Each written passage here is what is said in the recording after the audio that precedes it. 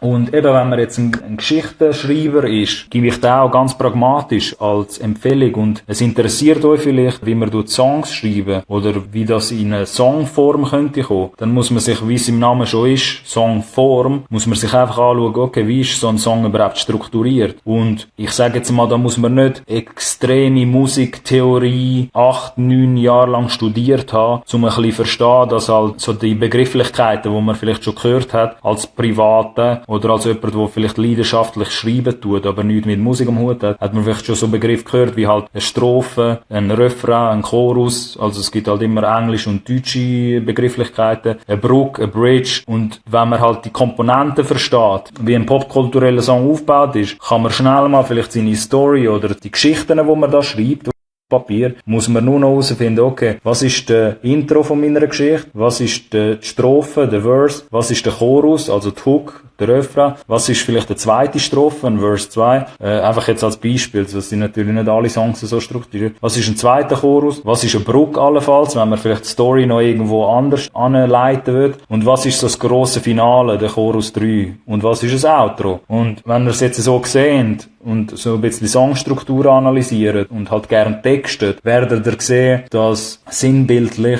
ein Song schreiben in der Songform gar nicht so viel anders ist, wie einfach eine Geschichte, die ihr jetzt kennt, aus irgendeinem Buch oder einer alten Fabelgeschichte, weil halt jede Geschichte, wie man irgendwie so ein bisschen weiss, einen Anfang, einen guten Mittelteil hat und einen Schluss. Und der Anfang oder so das Intro könnte halt alles eben im Intro in der Strophe sein, dann der Chorus ist so ein bisschen der Mittelteil, vielleicht in der Bridge ist vielleicht in der Geschichtserzählerstunde wäre das so ein bisschen der Teil, wo es ein bisschen abschweift, oder wo jetzt der Held oder die Heldin irgendwo in einen Wald geht und völlig ab der Route abgeht und gar nicht mehr auf dem Weg ist, wo sie ursprünglich gewesen sind, so ein bisschen Herr der Ringe-Style, so. Und das ist vielleicht nachher die Brücke vom Song, und nachher geht es irgendwann mal wieder ins grosse Finale, in den letzten Chorus, und dann hört der Film auf, oder die Geschichte. Und so verhaltet sich, wenn ihr das ein bisschen jetzt sinnbildlich verstanden habt, oder nachvollziehen könnt, so verhalten sich auch die meisten populären Songs, die ihr hört. Eben, wie gesagt, ein grosser Punkt kann halt einfach wirklich sein, wenn man schon Geschichten